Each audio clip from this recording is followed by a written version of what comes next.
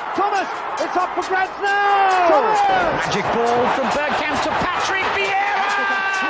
Oh, would you believe it? Oh, right, what a way to get it! Fabulous solo goal by Thierry Henry. Champions.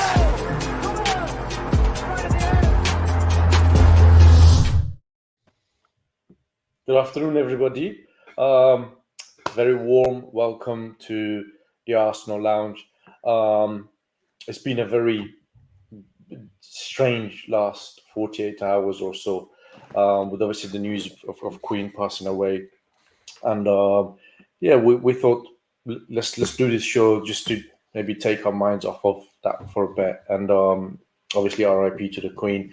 And welcome guys to the lounge. How are you guys feeling? Let's start with our special guest today, Dan.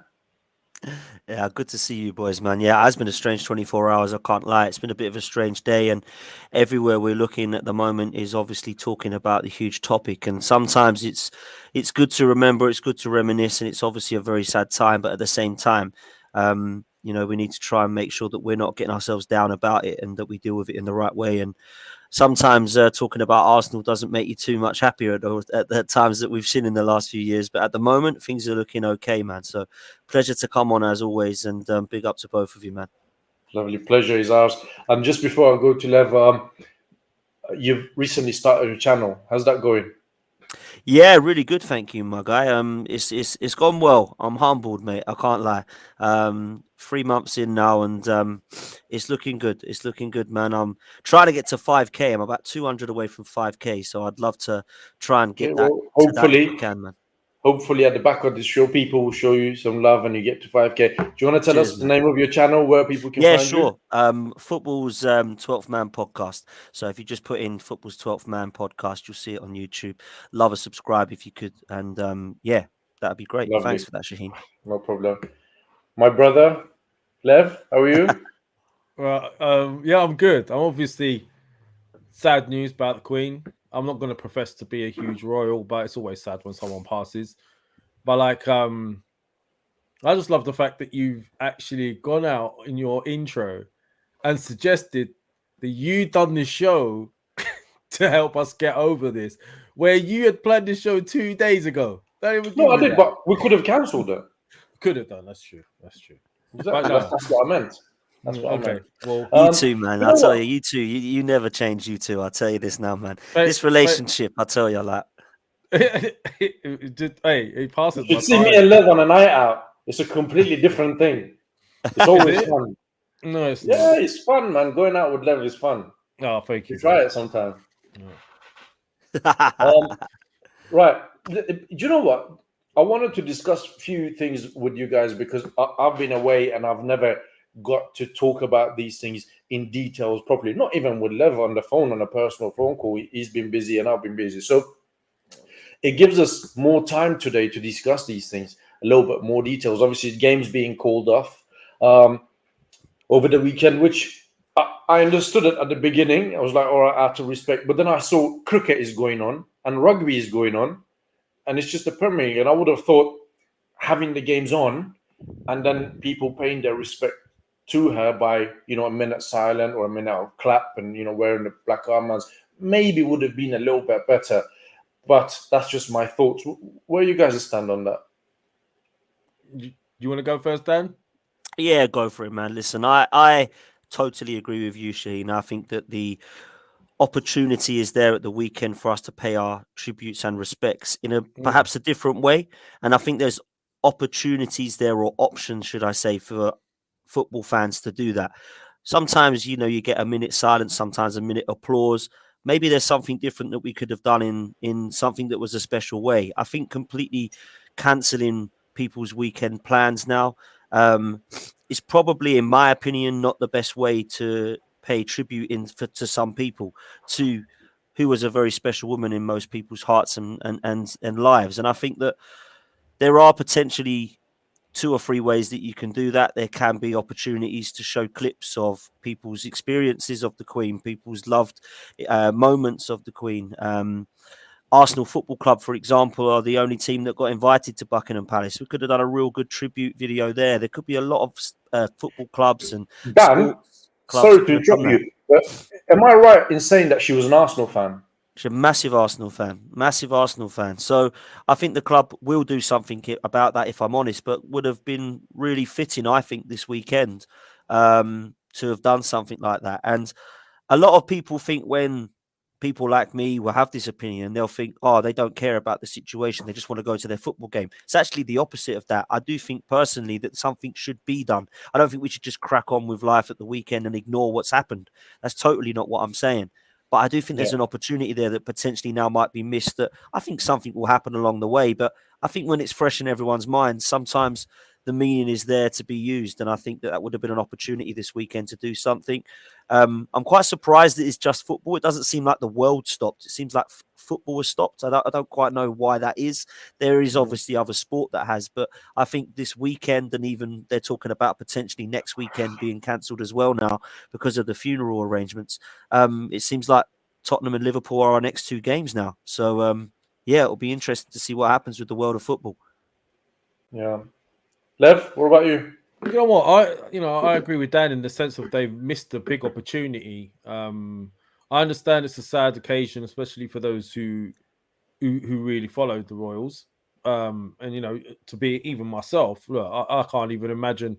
I've never not had her around since I've been born, right? So we're all used to her being the Queen, right? So it is a bit weird, not gonna lie. But the fact is, the best celebration of her life would have been the best way for fans to be able to show their appreciation for the Queen. And montages before the game, like Dan mentioned, a minute silence, everyone clapping all around the grounds nationwide, could have been beamed around for everybody to see. Could have been a nice tribute from the football community for the Queen. So maybe they have missed an opportunity there.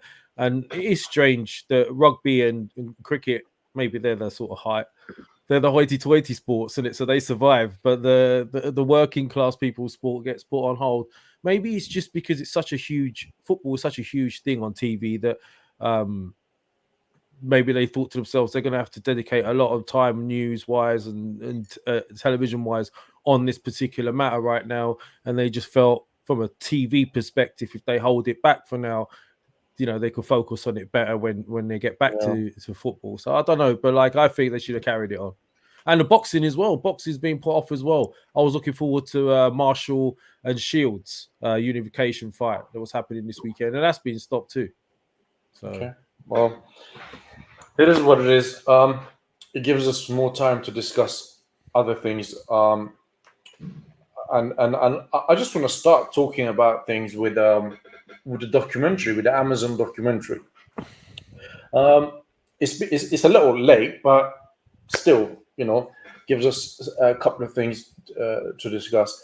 I never watched it because I was obviously away. And when I come back, I spoke to Lev and I said, Lev, have you watched it? And he said, yeah, I have. And I said, what is it like? And he gave me his opinion, and I'll leave that for him to tell you guys is his sort. And then he told me you should watch it, especially with some views that you have about certain players and the manager.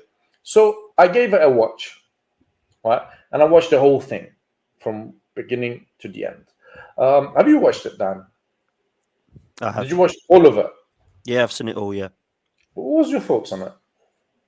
So I was expecting to see some opinions change of mine, if I'm honest with you, because when you see it firsthand and you're having the opportunity of seeing inside the dressing room, sometimes people change. But if I'm honest, the only people who changed my opinion about how I was feeling were the coaching staff.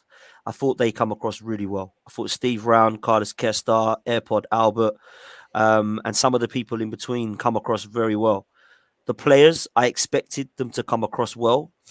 The main players that I respected in that documentary that I thought come across really well were Saka. Thought he come across unbelievably well. Aaron Ramsdale, really well. And Kieran Tierney. Some of the others were complete and utter mute. I mean, considering we've got a new captain, did anyone hear him speak? Didn't hear him say anything. Odegaard. Granit Xhaka is what Granit Xhaka I thought he'd be. One of these guys who kicks people and don't actually care and doesn't actually care he's got sent off. He doesn't really care, does he, that he gets sent off? He's never going to change. I don't think he come across great. And then he tried to do this embarrassing, cringeworthy touch with the fans. I mean, who's got a life-size oil painting of himself in their front room? Do you know what I mean? Like, this just sums this guy up. Not a fan, man. Although he's played very well of late, I'm just not a fan Really, of this Dan? guy. You're not a fan, really? Yeah, I think everybody knows I'm not. I couldn't. So I was a bit theatrical for me in parts. Josh Kroenke comes in episode 1 and episode 8. Oh, funny that, isn't it? Just pop in, Josh, at episode 1 and then turn up again at episode on the end, and then it looks like you've been there the whole time when actually you haven't. That was embarrassing. Vinay, what the hell does he do, man? It just proved to me this guy does nothing. He just pops in and just looks like a spare part. No one actually gets what it was. The whole of the transfer window, we basically spent wasting it on Aubameyang. Didn't actually look like ever getting anybody else in. I thought that was crazy. Wasn't even mentioned. Crazy.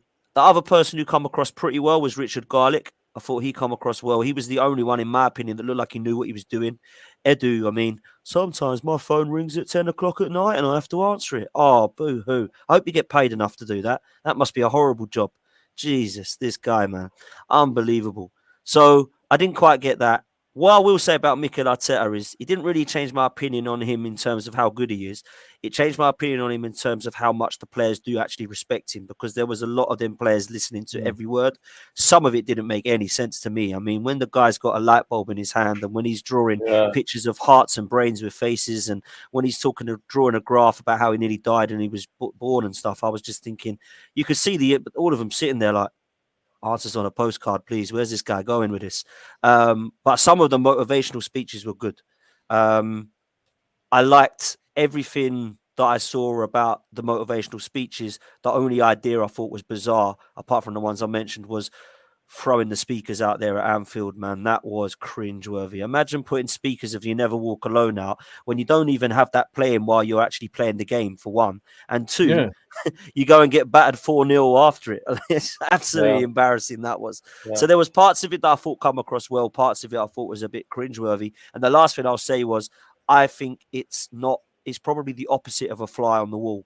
It's all for the cameras. It's all been fitted. It's all been edited.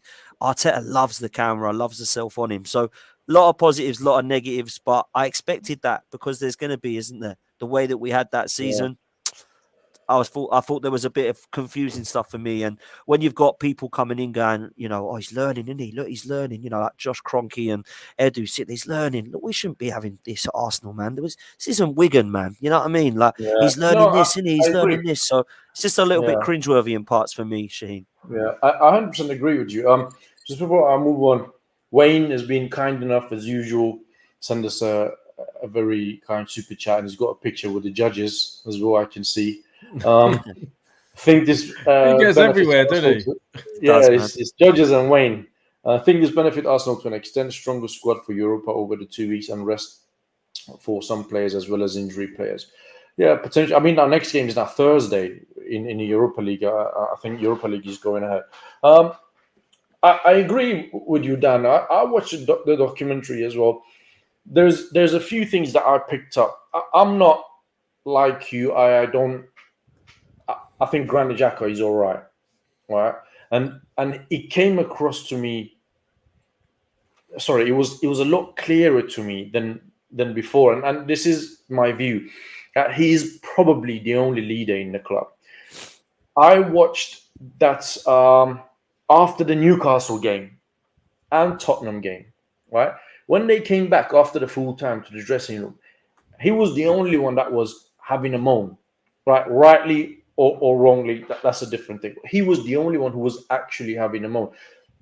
This other guy who's supposed to be, Martin Odegaard, who's supposed to be our captain, as you said, I never saw him speak to the team even once.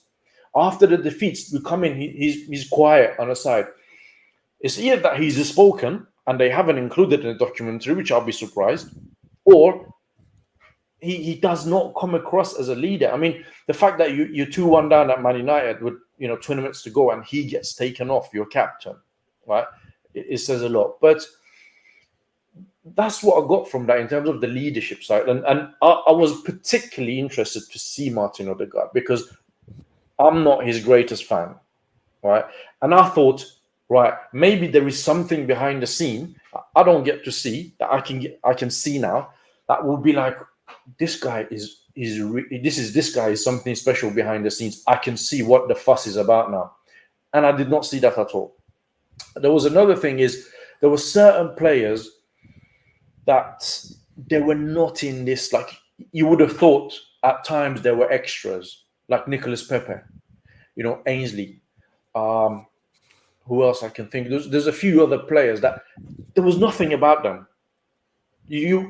Nothing at all. Whereas in terms of Saka, Emil Smith-Rowe, Ramsdale, Ben White, it's very detailed on them, their lives outside of football, inside football. Yeah. It's and I could see Arsenal's fingerprint all over this. It's been edited in a way that certain people came across really well. For example, Saka, Emil Smith-Rowe, Ramsdale, Ben White, to a certain extent, Granit Xhaka, Curentini, towards the end, Nketiah. But certain players, nothing. Just like how Arteta is. You know what I mean? Sometimes you see, like Nicholas Pepe, you could tell it's not happening for him at all. Yeah.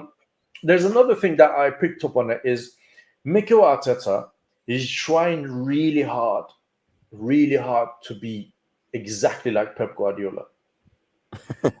and I see this at halftime when, I watched the Man City documentary when he came out, and I saw, you see at halftime, Pep comes in and he's like, it seems as if he's always in a rush, gets the board, comes in, and he's moving things about quite quickly.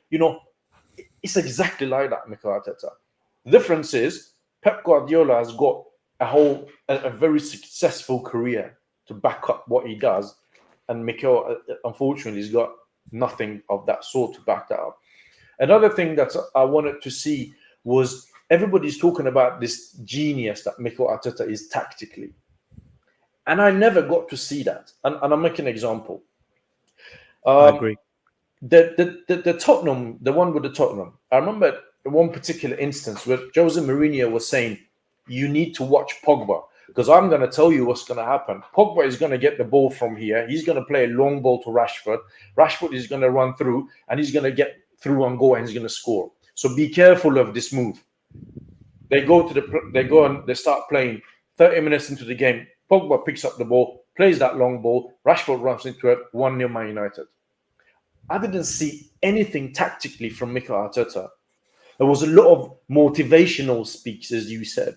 That, guys, before the game, every time before the game, we didn't get to see the tactics of the game. We only saw the emotional side of the game. And also, the difference that I saw between Arsenal and the other two teams was that prior to the game, always the captain used to come in and have a say as well. I remember everybody was taking a piss out of Harry Kane. That, before the game, he was just coming saying, go on out there, lads, let's get it. We never saw that at Arsenal. It's just Mikel Arteta speaking. That's it. Everybody goes out there and do their thing. So that's another thing that I was disappointed that I didn't get to see. And in terms of the Aubameyang situation, I feel, again, it was done in a way that Aubameyang doesn't come across well, but the club does. And I'm sure they would have reasons. He said he's got everything documented in certain incidents, this and that. But we never actually got to see what those incidents were or when they were. It was just that we were told it's documented.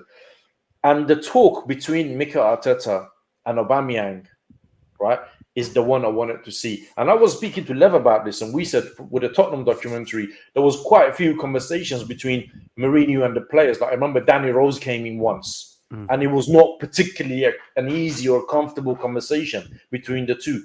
But people saw it. Nothing of the sort was shown in the Arsenal documentary, which again was something that I wanted to see, because I wanted to see how, one criticism that everybody has of Mikel Arteta is his man management. And I wanted to see that. There was a lot of one-on-one time with the coaches, as you said, and they did come across really well, I must admit, but not with Mikel Arteta. There was nothing tactically with Mikel Arteta. And these are the things that I wanted to see.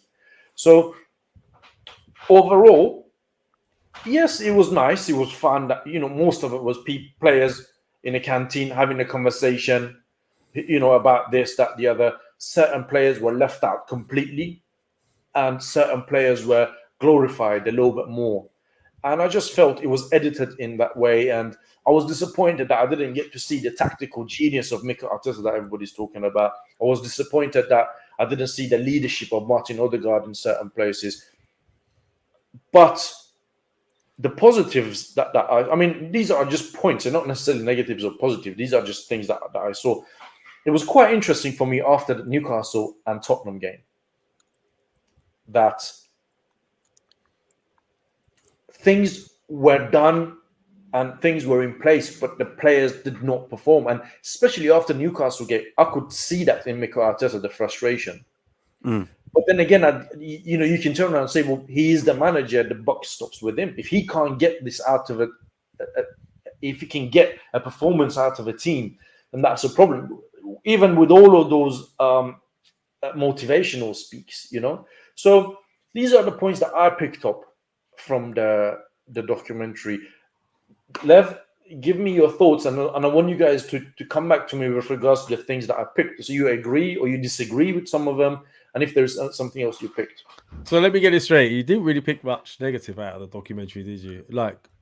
No, these are just points. These are the things that I was. There was a lot of things you felt that they didn't have, right? No, there was a lot of things I was looking forward to see, but it was not covered at all. I mean, could it not be from a tactical perspective if they thought it best not to give away what they're, what it is that they do in the background? Well, they put it out there every day on the pitch. Yeah, it's not necessarily. There's ways and means of doing things. Don't get me wrong. I would have liked to have seen it myself, but I mean, look, it did seem more of a PR exercise than the previous ones, in my opinion. If you watch the Spurs one, it was more a little bit more fly on the wall. You did have those awkward interviews and meetings between the players and discussions. There was another one with it was who was it?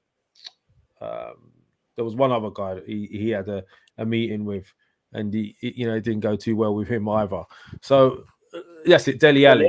Dele Alli. Yeah, he had one with Dele Alli. So I would have liked to see more of that, to see how Arteta manages players one-on-one. We didn't really see much of his one-on-one management between the players. We saw the players more with the coaches, right? There were some things you could probably say weren't the norm. How they speak in the sort of the dining rooms and all of that. They will probably just talk about players in certain ways. Coaches do that. It's their day-to-day jobs. There was some really complimentary things said about Martinelli. They clearly rate him extremely highly. Yeah. There were some good things we've learned in amongst it. I would have liked to have seen more of the pivotal points of last season, the discussion with Aubameyang. How did it go? Did he want to stay? These are questions the fans wanted to know. Did he make an effort? All we saw the way it was edited is he didn't really care about it, and he was just waiting to see what Arteta was going to do. The good thing we did see in that was the fact that these guys tried, Edu and them guys. They said at some point they lost a couple of games back to back. We need to bring him back into the fold if we're not going to get rid of him. And I think they pushed to bring him back into the fold. That was something we did learn from it. It was purely an Arteta decision, clearly, because the others wanted to keep him for the remainder of the season. I did get that from it. But yeah, overall... I remember from what you said, I remember there was one conversation that Edu in particular was like, we need to bring Aubameyang back to the fold. Yeah. And we need to use him till end of the season. And following on from that level, another thing that I wanted to see in particular was the conversation between Arteta and Nicolas Pepe. Because Nicolas Pepe, again, was one of those players that was a bit not loved, didn't get played. And I didn't get to see any of those. More so for me, I wanted to see the discussions as to, hey, okay, we're letting him go then. What are we going to do coming the other way? There was no discussion had in there. No focus on it whatsoever. It was just, do you remember, it was just Aubameyang's going and that's it, Yeah, do you remember, Lev, all the hype about Vlahovic? Yeah. And Isaac. Now we know, because there was no mention of those either. No. So there was either no phone calls were being made, which is what I suspect. And there was a confirmation they didn't try anything. They didn't even try to. Because everybody was saying bids were made, but we did not see at any point that they even talked about Vlahovic. And I always said that this was a smokescreen, because as long as that news is out there, fans are excited that he could potentially come in. And at the end, we said, "Oh, well, we tried. It was this, it was that." Yeah, And but we couldn't I get did it get done. I did get a positives out of it though, because you were suggesting earlier that there were times. Look, there were times where you could see, when we watched those games last season, we were going, "What are they doing? Why are they not attacking? Why are they not pressing? Why are they not, why are they not bombing on to get the second goal, etc." And then you saw times of last season where Arteta did the same. He wanted the same as we did, but they weren't able to give it to him. And he couldn't get his head around why they couldn't do it at times. And it was frustrating him as much. So clearly he's had to replace those players. Look at the difference Jesus has made and Zinchenko. They're the positives. But then, this we'll touch on to the transfer window in a minute, I'm sure. But, that he has made mistakes, but it did put him in a good light, and it came out just before the season started. And it also gave a human element to the players. And I do think from a positive perspective, it might have bonded the players and the fans a little bit more prior to the season starting. They humanized them a little bit more. So, you could the feeling between the fans and players right now is better than it's been for a while. Yeah. As I said, there are things that are interesting in there, but for me, there was a lot of things that I wanted to see that are in details that I never get to see. Dan, what's your thoughts on everything we discussed? I think you're right in a lot of the stuff. I think we have to remember that we are only going to be allowed to see what we're shown. And what I mean by that is that we can only say how it's come across by what we've seen. What we can't do is start to go, yeah, but it wouldn't have really been like that because it's been edited, or, oh, actually, it's come across wrong. What it really should have shown was no one's in the dressing room, so they don't actually know how it was supposed to come across. We can only judge it on how it has come across. And I think that there are certain elements of that documentary I was expecting to see. I agree with you about the tactics. We didn't see any. I agree with you about the man management. He gets his coaching players to do it. I don't really understand what some of his weird ideas were for, but in my mind, I understand where he was coming from some of them. I think it's come from a good place. I don't think it's come from him being incompetent. I think he's trying. One thing that came across for me was that he actually really cares, Mikel Arteta, about this football club, and he wants to win. I think that came across really well. I think the other thing that was a little disappointing is that I still don't really know what Aubameyang has done wrong. I don't think that's come across well at all on the documentary about what Aubameyang's supposed to have done. It's still rumours. He was late. That's it. That's all I know. So he's gone. No, he was late, and he turned up. He came back.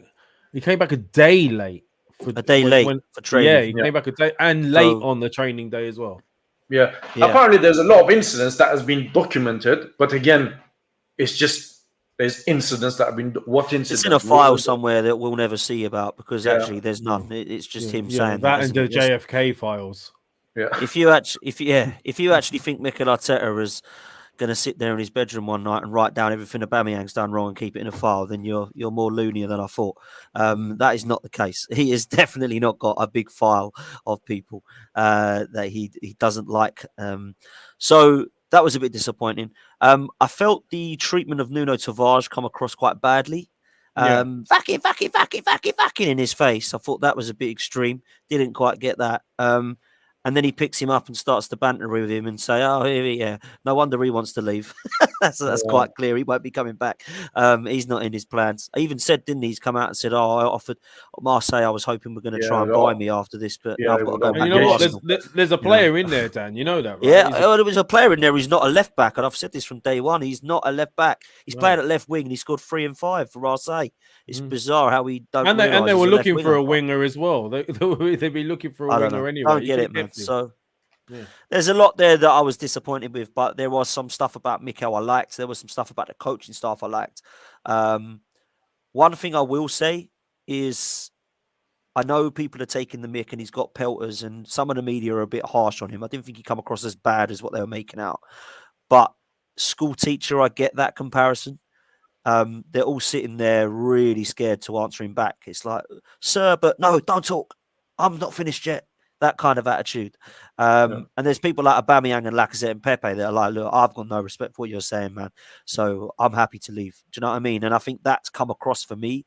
People like Ben White, like sitting there scared to say anything, like it come across quite weird for me. It was quite uncomfortable to watch. It was like kids not allowed to speak in a classroom at times when he was talking. But then when it was 1-to-1 with Carlos Kester, they were like opening up to him and it looked quite good. And I feel like they're a little bit scared maybe of him. I don't know. That's how it come across. I think So this is what I meant, Dan, when I said he's trying really hard to be like Pep Guardiola. Because Maybe when you're right. Pep Guardiola goes to a club, you always guarantee that he falls out with a couple of players. He sells them on.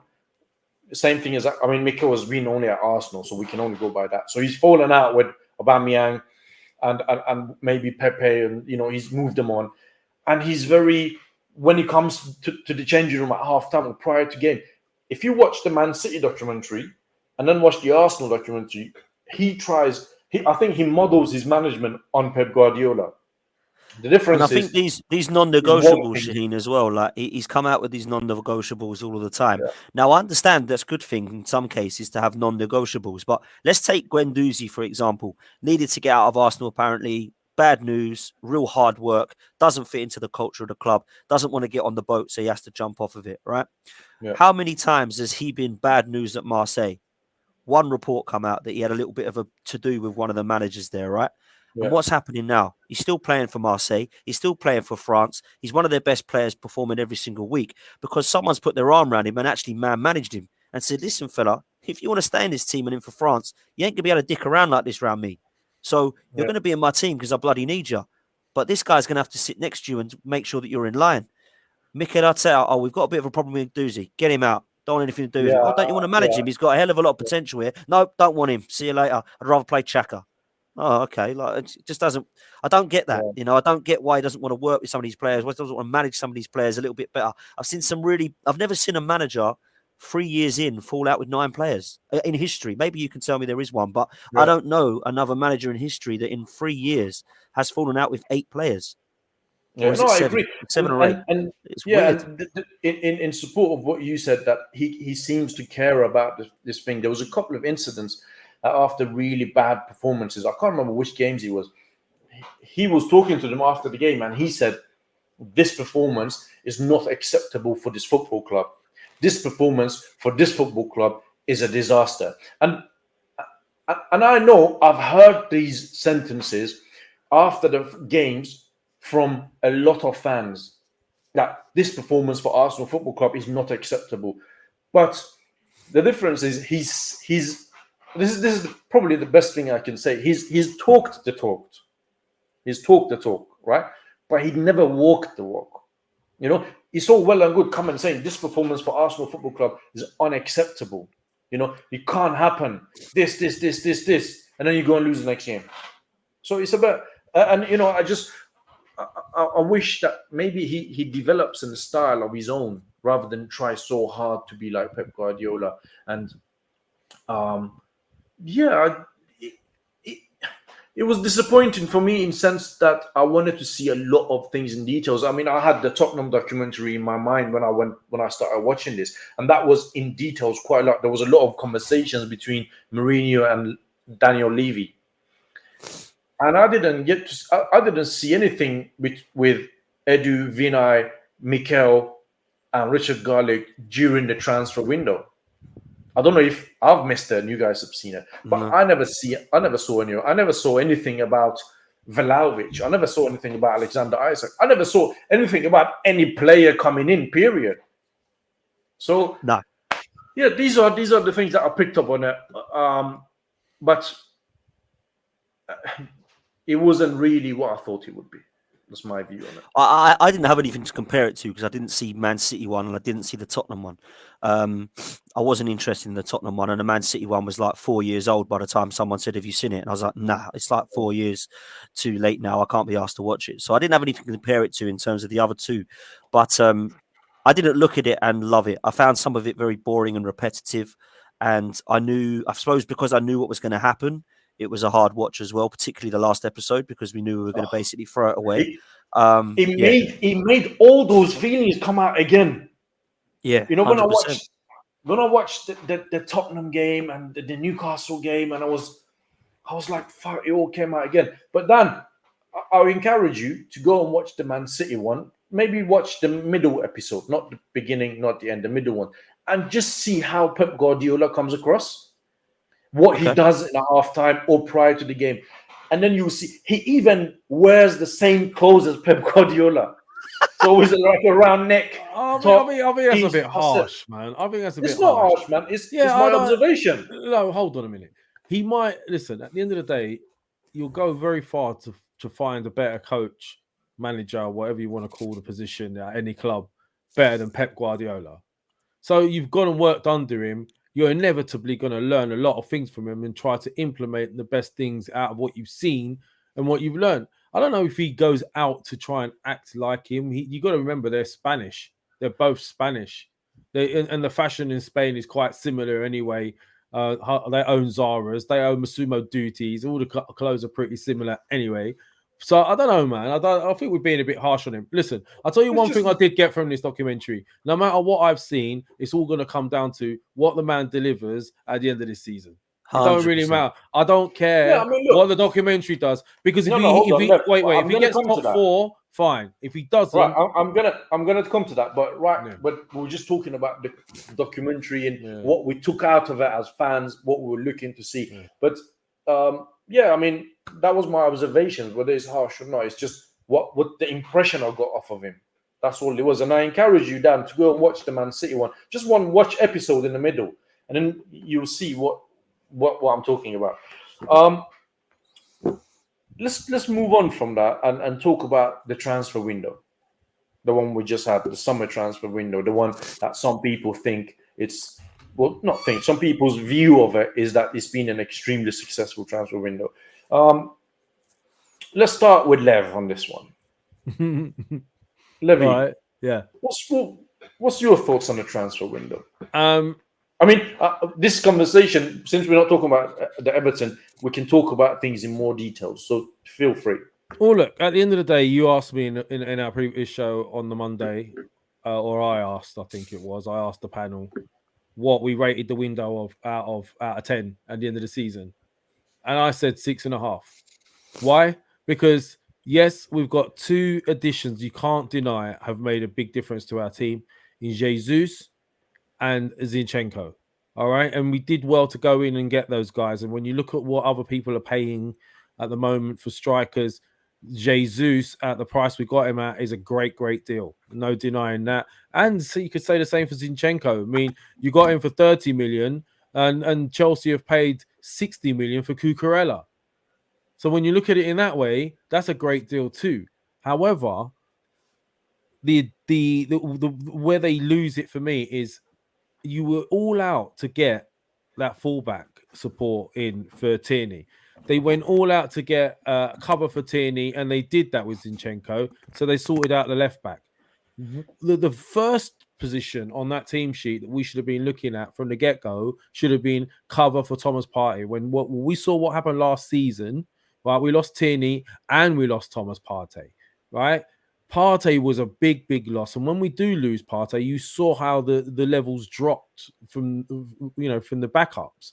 But yet, some reason we offered that backup another year in El Neni, right? And for me, we needed 2 midfielders, 1 DM and another 8. So I would have got rid of El Neni, and I would have got a far better cover in for Partey, someone who could challenge Partey's position rather than be cover.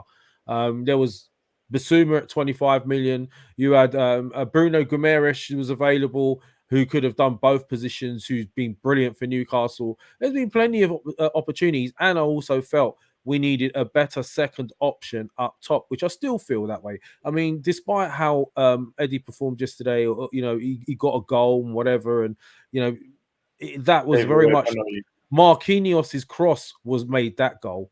That cross was on the button. That was a brilliant cross. But for me, that whole game against someone like FC Zurich, we still looked light up front. We had loads of possession and we were struggling to get in behind. Who was playing up top? It was Eddie Nketiah. If we had Jesus playing up top, it would have been far more dangerous for them. And we probably would have scored a couple with that level of possession. So for me, we haven't addressed that area. A far better second option up top. Even worse, we haven't addressed DM cover, and we've lost Thomas Partey, and we're already scratching around trying to find. And look, the one game he's out, and we've lost that game. Do you know what I mean? So, end of the day, that's why I feel we should have been addressing DM. That's how many years, how many seasons as Arsenal fans have we been saying this? It's ridiculous. We're still looking for DM cover. So yeah, that's why I gave it a 6.5 out of 10. And you know, the one lucky thing is we got World Cup stops the Premier League November, December, and then January window open. So hopefully it won't be for so long. But I still feel like that should have been, along with that left back cover, that should have been the first position they addressed. Okay. There's something I want to address in the chat. But you know what, Lev, you just mentioned something I forgot. You know, when I was talking about documentaries, certain players were not really included. Thomas Partey was one of them. I was particularly interested to see what he's like behind the scenes. Why does he get injured so much? And he was never particularly interested. I want to address this, Dave. Oh, Dave from, got under your skin, yeah? Save us from the League One Minions, Lev. If I have a view, I mean, I'm assuming you're talking about me and Dan. If we have a view that is different to yours and is similar to somebody else, it doesn't really mean that save us from. If it's different from yours, we need to understand to respect each other's views. When I'm coming up with a reason, it's always I have facts to back it up with. Maybe right, maybe wrong. I don't get everything right, but we need to understand that people have different views, and if my view and yours is different, it doesn't mean I know nothing about football, and you know your knowledge is same as Arsene Wenger or Alex Ferguson. So let's bear that in mind, guys, when we mention this. And I mean, Ligue 1 is entitled to his view as well, and if it's similar to us, then so be it. But it is what it is. Dan, let's talk about the transfer window. Yeah, I've pretty much echoing what Lev said. Disappointing because I'm worried now. I'm worried that we haven't got a big enough squad to compete in the 4 competitions we need in a World Cup year when there's 5 subs. I look at the performance last night and I look at the team and I'm seeing people on the bench that I can't even pronounce their names. That's a worry to me. Name me the midfielder that was on the bench last night. Well, there weren't one, so you won't be able to do that. Unless you class Matt Smith as good cover or Kovia Duberé or whatever his name was that was on the bench. If you think that's good enough to get us into the competitions we want to be in, then I'm sorry, man, but it ain't. So we're lacking still. I still think we're 3 short, not 1 short like some people. I still think we're 2 or 3 short. And I give it a 6 out of 10 window, and people started laughing, saying I was harsh and it's toxic and negative to think of it like that. I don't know how you can give it anything more than that. It's absolute crazy. I've seen 8s and 9s out of 10s just because Jesus has come in. Let's just slow down a minute. Yeah, he's a brilliant player. Fantastic signing. One of the best we'll see since Alexis Sanchez, in my opinion. But when we get into it, we needed a lot more than Jesus. We needed another person up top, in my opinion, because as much as I think Eddie's done well and improved and has been really intense when he's come on and definitely shown signs of progression and strength, I do look at him and think, are you going to score me 15 goals this season? No, you're not. So if Jesus gets injured, we don't have cover. If Partey gets injured, we still have no cover. If Saka gets injured, I'm hoping Marquinhos is good enough. And what we saw last night, he looked pretty special to me. I was happy with his performance. Yeah. But we're still really short. I like what I'm seeing from Ben White at right back, but he isn't a right back. He's covering there. I don't think Cedric is good enough. I'm not even sure that El Neni is good enough. I tell you who definitely isn't good enough from what I've seen in pre-season and what I saw last night. That goalkeeper. Oh, my God. Yeah, he worries like, me, Dan. Wow. Yeah. I pray Ramsdale does not get an injury. This Turner guy, I tell you what, in goal, he looks absolutely terrible. I was so shocked by how bad he was in pre-season, and I'm thinking maybe he's, brushing off the cobwebs a bit, getting used to it. Last night, Gabriel, to be fair to him, gave him a horror back pass. Just clear your lines with it, man. Don't start passing it round, players. Jesus Christ. If you get a bad ball given to you, you clear it, and then you give your defender what's coming to him. Don't ever pass me that again. He's trying to pass it round between players. Nah, wasn't a fan of him flapping at stuff. I don't think he looks great. So there's a few positions there that we're going to be short. Now, Lokonga, I'm a fan of him on the ball. Off the ball, he ain't ready. He is not a holding midfielder, man. He is a number 8, you can see. I'm looking at what I'm like. Against Man United, I liked him on the ball. Off the ball, I thought he was poor. He put in 0 tackles at Old Trafford. 0. 0 tackles. He's supposed to be a holding midfielder. So he's not ready, and he wasn't ready last year. I feel sorry for the kid, if I'm honest. Granit Xhaka has been one of our most consistent performers. We're now relying on him. We're relying on the dude that chucked the armband on the floor now. We have to be. because there's nobody else in that area. And that is down to the management and the board. And Edu has not done his job in January or now in the summer, in my opinion. So when Lev says about Bissouma and about the Tielemans rumours, we paid 30, I think it was near to 40 million euros for Fabio Vieira, and we were willing to pay 25 million on the last day for Douglas Luiz, which is a joke, by the way, to do that 40 minutes before the window shuts. But what we could have done was that 25 million we had for Douglas Luiz could have gone to Bissouma, and the 40 million we spent on Fabio Vieira could have got us Tielemans. And I would be more confident going into Old Trafford with Bissouma and Tielemans as our pair than I would Xhaka and Lokonga. But again, it's been schoolboy errors that has left us short in a number of positions. So we're now relying on the likes of Tomiyasu. We're now relying on the likes of Jesus. We're relying on Partey. We're relying on Saka. And we're relying on Ramsdale for us to try and get our goal, which is Champions League football. And I think we're going to get a few injuries and find that we're short again, guys, because we have 15 players. In 6 transfer windows, we have 15 players good enough. 6 windows, not 1 window, 6 transfer windows. And the only 2 forwards he's bought are Jesus and Willian. And Willian's gone. So we're still looking at short position 6. How long is this going to take? This is a process, I get it, but 6 windows down and we've got 15 players that we're happy with? Come on, man. Nottingham Forest just bought 22 in 1 window. Like, it's mad. It really is. Do you know what the most frustrating thing is as well? We're always a couple of players off. Just a couple. Yeah, go on. Sorry, I just wanted to read out the super chat before. Yeah. Very kind super chat from Alex. I'm not going to even attempt to pronounce the second one, so I'll just leave it at Alex. To me, it's incredible that we waited for the last day of the season for a defensive midfielder. It should have been done before Jesus' transfer. Why we did not go for third? Why we did not do it for third season? I'm going to address this, Alex, now in my observation of the transfer window. I'm going to look at it a little bit differently to you guys. At the end of the day, Arsenal Football Club is a business. Okay? So transfer window is not only about players that we sign. That is part of the package. Another part is about the players that we sell.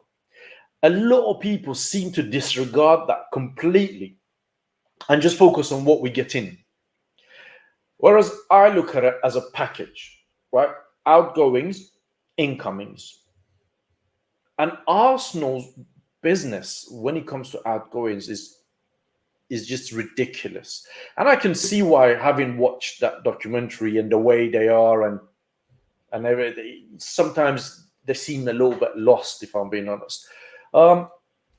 We again wrote off contracts of players like Hector Bellerin, and I go back to January, we get rid of Aubameyang, write off the contract. We even have to pay him to leave, goes off to Barcelona.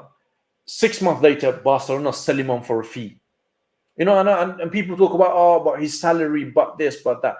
Yeah, but whose fault is it that Aubameyang is on that salary? We need to look at that why. Why we could not achieve anything for Hector Bellerin. Because clubs like Betis that he was in, they know that if they hold on long enough, Arsenal will probably write off the contract. And they'll be like, you know what? We can't achieve, let's just get rid of him. Another one that I was a bit puzzled about was Nicolas Pepe. I know we're not going to achieve anything near the price that we paid for him, but was the best outcome really to send him out on a loan when it's clear that he has no future for us? Because I'll tell you something, and I'm going to predict this today, and I'm sure you guys agree. The next player that walks away from Arsenal Football Club for free is Nicolas Pepe. That's £70 million. £70 million written off. Why? Because he could not be managed. I'm not talking about him as a player, bringing him into the squad. No, forget about that. I'm talking about the recruitment team. I've seen things of Nicolas Pepe that he comes on and it's not great. I understand. But the recruitment team and the board, they couldn't find any solution for this guy. Nothing. And that'll be the 8th player that contract we ripped up under Edu and Arteta. 8 players that we've just gone. Lacazette. Don't bother. We won't get $1 million for you or 500K even. We'll just tell you just go. We'll pay you off. We'll pay it. Exactly. Aubameyang, And I'll tell you what, we'll pay you £7 million, yeah, Aubameyang, so that you can leave for nothing. And then this is in February, by the way, or the end of January. And then by August, Chelsea will go, here you go, take 25 million. We'll have him. So what? We've given them 7 million, and now they're taking 25 million. That leaves a bad taste in my mouth, Lev. And we've got these no, it players. does. I agree with you. We're just I ripping up agree with you, contracts. Dan. Yet Leicester and Villa, Leicester Yeah. and Villa are saying, you want Tielemans? He's only got a year left on his contract. Give us 40 million. We're not tearing his contract up. We're giving it. You give us 40 million if you want him. Douglas Luiz, this is Villa and Leicester, by the way, not Liverpool and City. They're saying, no, come and give us money. We're just going, you want him? Go on in. Tell you what, we'll tear your contract. You can go for nothing if you want. Unbelievable. Yeah, exactly. And these things, I'm looking at this and I'm thinking from a business point of view, right? How can this be justified? You know, Lacazette. Oh, it's all right. We'll let you walk away for it. Nicolas Pepe is going to be another one. Another one, I'll give you an example. Bernd Leno. We signed him for £28 million and we sold him for 4. He didn't have a knee ligament injury. Wasn't it 8? Huh? Wasn't it 8 mil or was it 4? It was 4, I think. It's right. So I'll tell you what, it's rising to 8 million if they stay up. Fulham stay up. And at the moment, it's looking like they have a chance, but it's 3 million, but it could rise to 8. I mean, it's still pittance. Do you know what I mean? Yeah, let's sign him for 26 million. Let's say 8 million. Do you know what I mean? So you signed the guy for 28.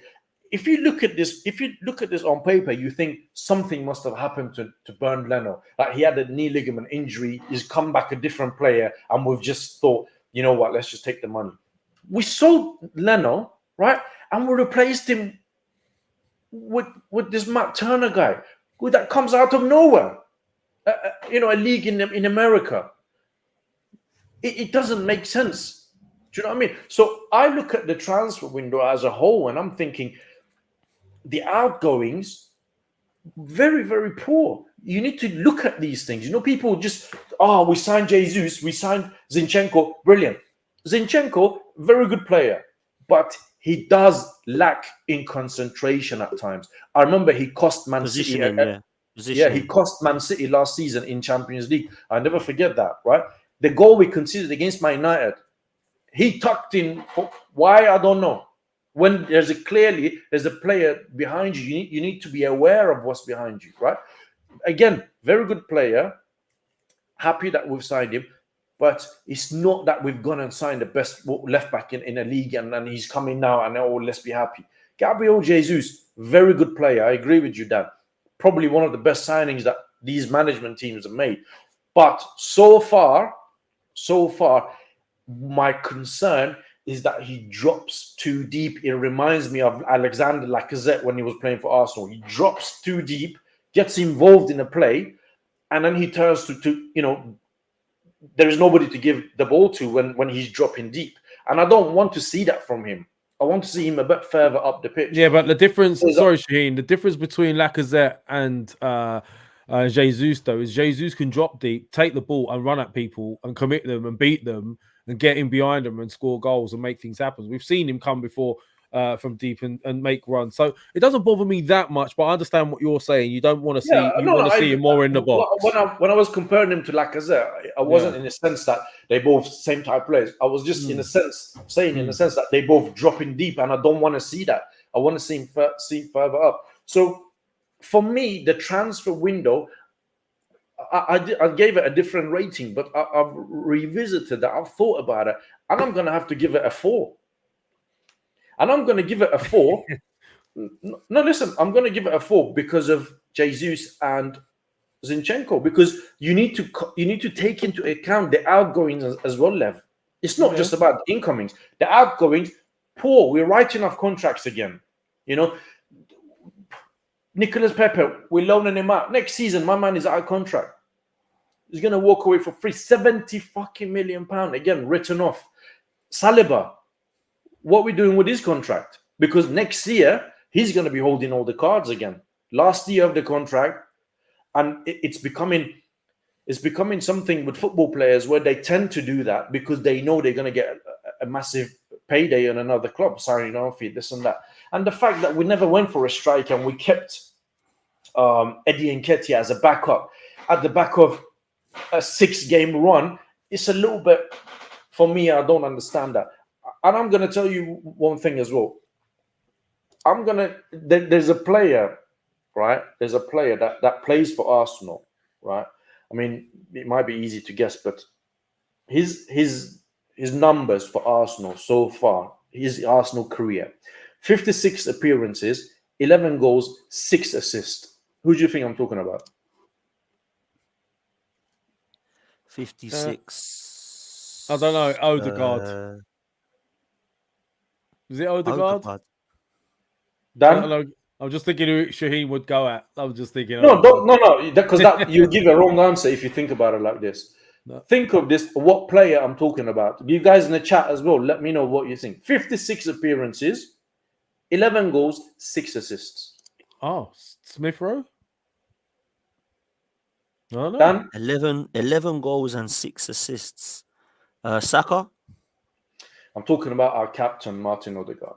I told you it was Odegaard. Right? This is the player that we're relying on to provide assist for Gabriel Jesus. No wonder he's dropping back. Okay? Now, these six goals, 3 of them is this season, by the way. So I think he scored 2 or 3 this season, whatever it is. Wait, Dan, I'm not. Hold on, Lev. I'm not picking on Martin Odegaard because Martin Odegaard is not a bad player. None of these guys are bad players, otherwise they wouldn't be here. What I'm saying is I expect a lot more from somebody who we play in a number 10 position to provide assists for others. Martin Odegaard is not there to play nice passes between somebody else. He's there to provide assists. And 6 assists in 56 games. Surely you guys have to agree it's not good enough. Why I pick on him? Because I know he can do a lot better. Go on, Lev. I don't know. I was obvious it was going to be Odegaard. I think you're really harsh with Odegaard. Don't get me wrong; those stats don't sound the best, but I tend not to really overdo it with the stat side and let my eyes do decision making for me. Like I think he's a pivotal part of our game. I really do. He's starting to come into his own. He's still only 23. I see a player. I see a really technically gifted player. Can he do more? Yes. But this team as is right now with Jesus up top, Zinchenko just coming in, Marquinhos just coming in as well. These players, they all need to understand how they play together. They need to get on the same wavelength.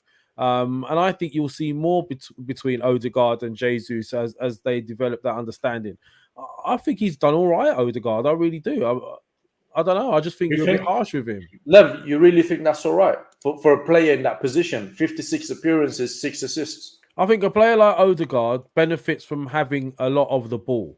And for you to have a lot of the ball, you need a strong midfield. When you have someone like Partey next to you, you get more of the ball. When you have someone like Partey out of the team and you don't have proper cover and someone breaking up play and stopping balls in behind and breaking it up and then giving you a lot of possession, it becomes more difficult. So I think, I don't know. I just think you've been harsh with him personally. That's my opinion. I just want to finish off my opinion of the window before I come to Dan. We've signed Marquinhos. It comes, from what I saw of him last night, very good. But then that's one game, and he's really for the future, not for now. And let's be honest here, guys. When the season finished, not a single person turned around and said, we need to go and get Fabio Vieira. He's such an up-and-coming player. Nobody knew who he was until we went up for him. I watched the game last night. He came across okay. I'm a bit concerned still with his physicality. He comes across a bit thin for my liking and for Premier League. But I'm still waiting, I'm holding back judgment on him because I have not seen enough of him. So I can't really consider him when I'm rating the transfer window a 4. So that he's not being considered. But these were just my views overall on the players. And, people stop saying, I've got an agenda on Martin Odegaard, this and that. He's our captain. He should be the leader of the team. I expect a lot more from him. What I've read, he's not great. 6 assists in 56 games. That's not good enough. Dan. So, I get told I have an agenda against Martin Odegaard because I question his goals. So it's me and you both then, yeah? Yeah, it is, man. But what I want to do is make one thing clear. I think he's technically a very good player, very, Yeah, very good footballer. I really like yeah. what I see.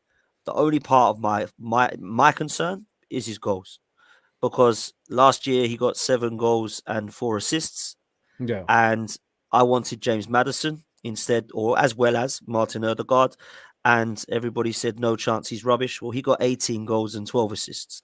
I know who I'd prefer having in my team. I think James Maddison's ridiculously good in a Leicester side that, let's be honest, is dead and buried on its arse at the moment, and he's still scoring goals. I think Martin Odegaard's had a very good start to the season. I think his goals has proven everybody wrong, like me and you, Shaheen, saying, can you score? Yeah, he can score.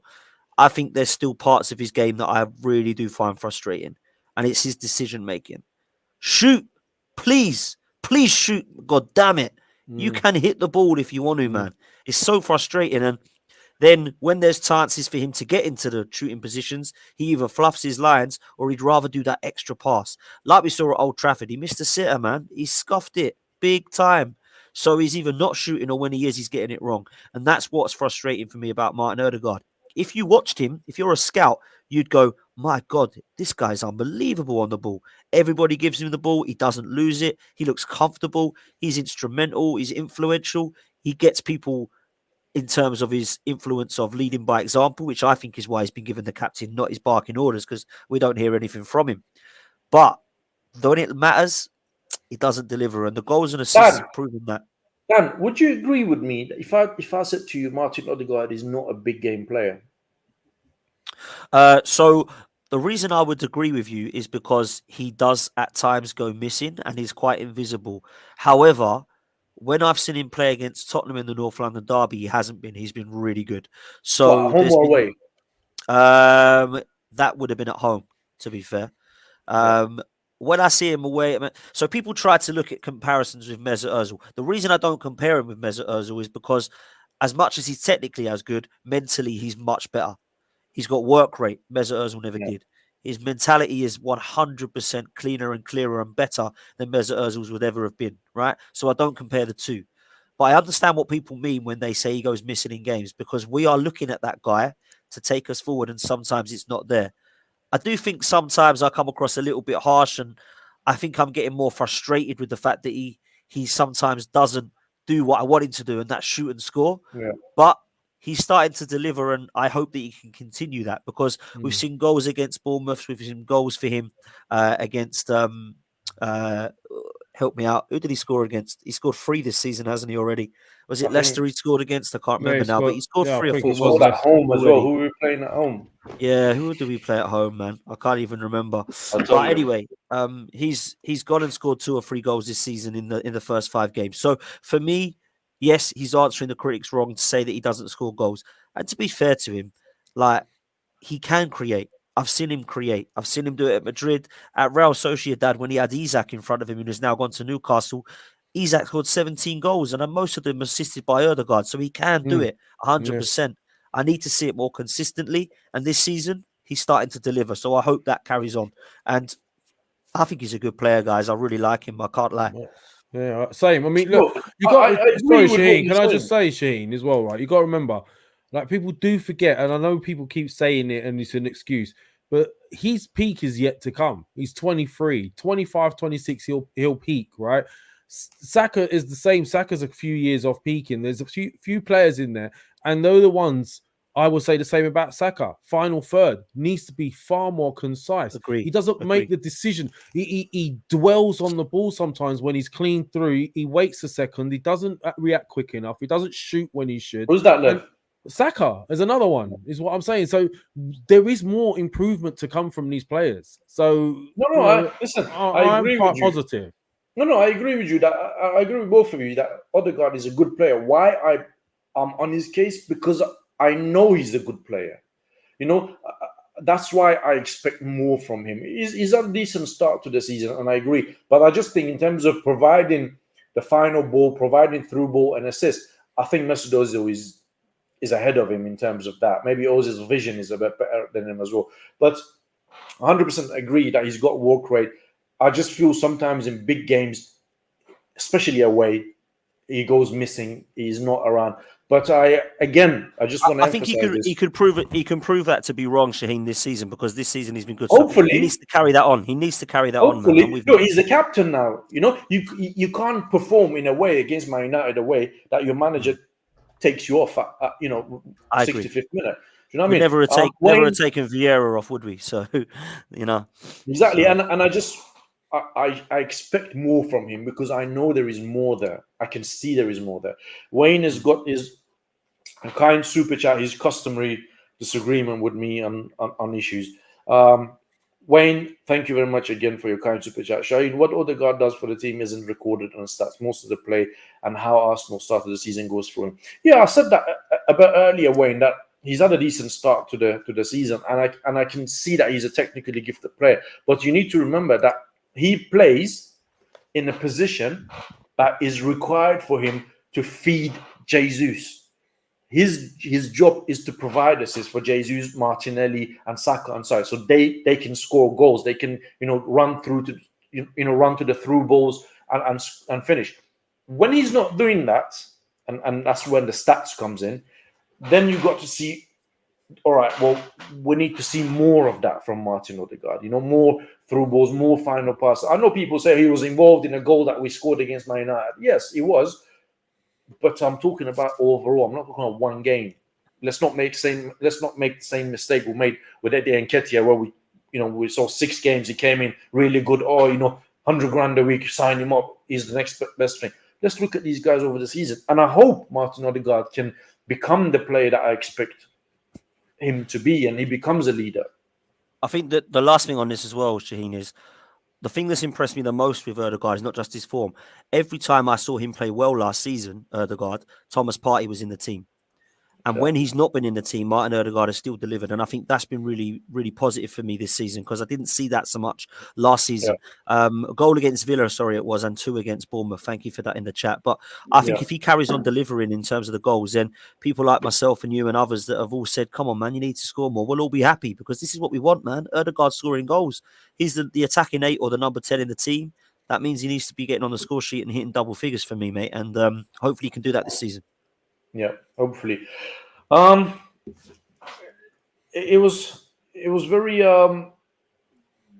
we didn't talk about the games. It was just talk about those 2 things. But time flew by. We were doing this for an hour and 10 minutes. I didn't even realize, and I thoroughly enjoyed it because since I've been back, I never actually spoke to anybody in details about those things. Not even Lev, because he's been busy. I've been busy, and I quite enjoyed. I just didn't want to hear it. Yeah. I quite enjoyed today's show. Dan, thanks for coming on, man. It's always nice having you on. I enjoy having you on. I like listening to you. Your views is very similar to me, which is great. And it shows that you know what football is, unlike some people that wait. So unless you agree with Dan and you, then no one else knows about football. Is that what you're saying? No, I'm joking, man. I'm joking. People know I'm joking. Tom Snack, thank you very much for your kind super chat again. The problem is Xhaka. When we play him, he makes us less creative on the attack side. Xhaka is not good at 8 and the way Arteta wants to play.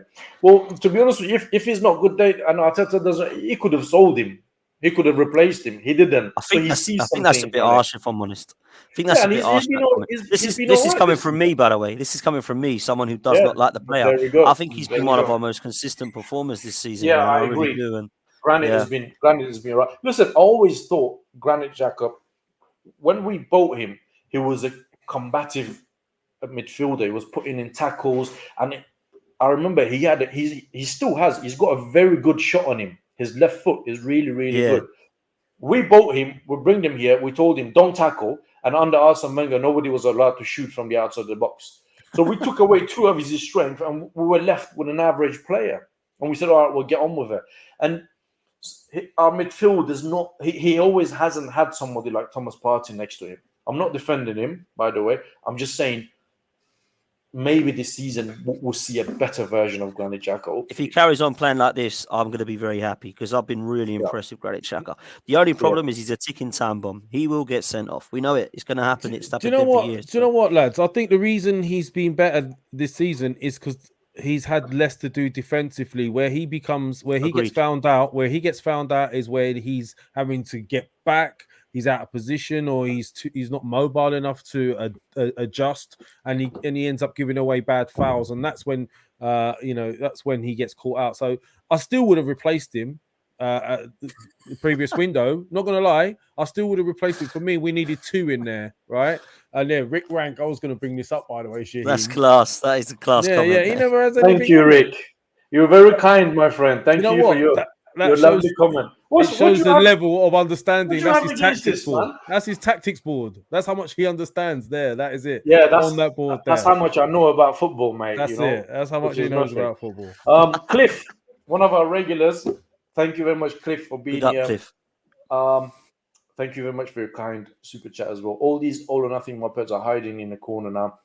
First real test that we got and lack of action in the window comes to light. Yes, which is exactly what we're discussing. Am I correct in saying our squad is smaller than last season? Yeah. Yeah. And we've got more games and competition. Yeah, makes no sense. Yeah. So we've been doing this for about an hour, 10 minutes, guys. Please subscribe to Arsenal Lounge if you're new. Subscribe to Dan's channel, Football 12 Man. And hopefully you'll see me and Lev over on his channel soon. We'll do something when Always Dan welcome, decides that we're good enough for his channel. And he will invite us over. Boys, you know that. Yeah, and it's always a pleasure having you on, Dan. Thank you very much for coming on. Nah, thank you, boys. Did he not invite you?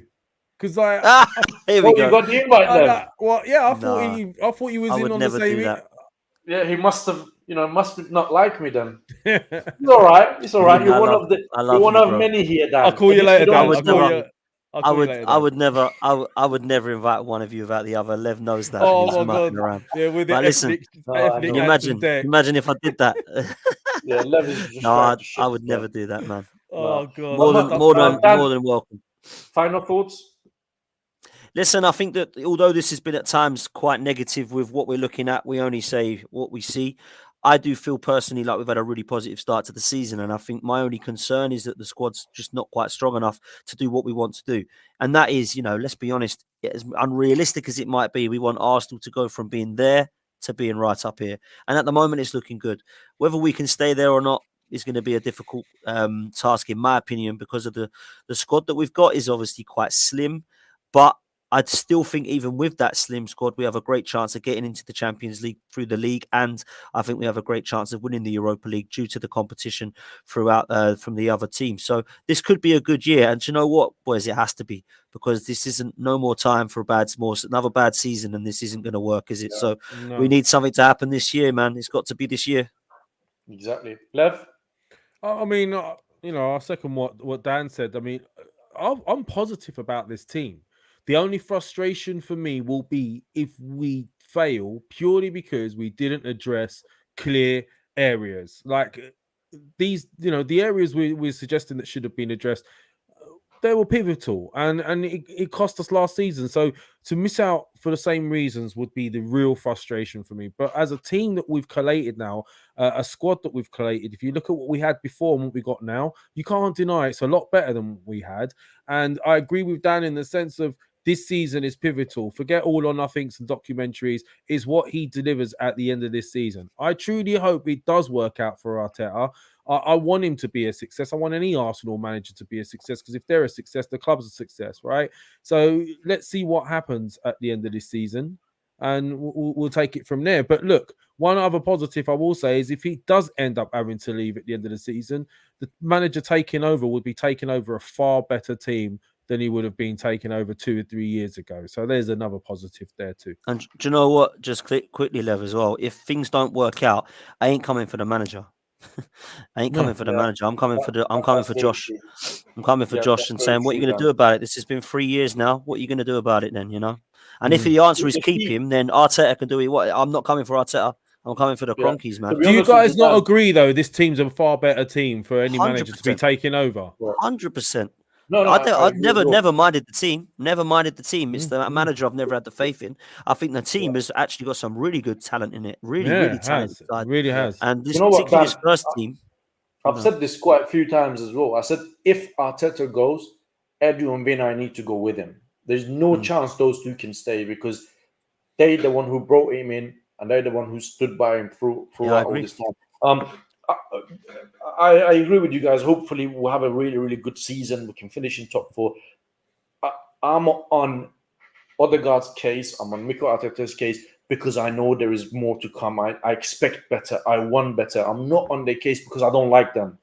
There's nothing personal between me and Arteta or me and Odegaard because I don't know these guys. I'm on their case because I want more from my club. I want better things from my club. I don't want us to go to Man United and then just falter the way we did.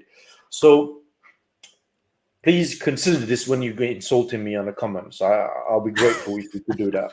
Sorry, So, Shaheen. I'll stop now. Like, Yeah. please, I know you come in with those Lev's got profiles. 6 little trolls, hasn't he? I've got 6 aliases, bro. Just passing the Anyway, time, isn't it? Thank you, everybody, for being here. Thank you for giving us your time. Please don't forget to like and subscribe. Comment. Let us know your thoughts on the comment section below. And have a wonderful evening. We'll see you guys soon.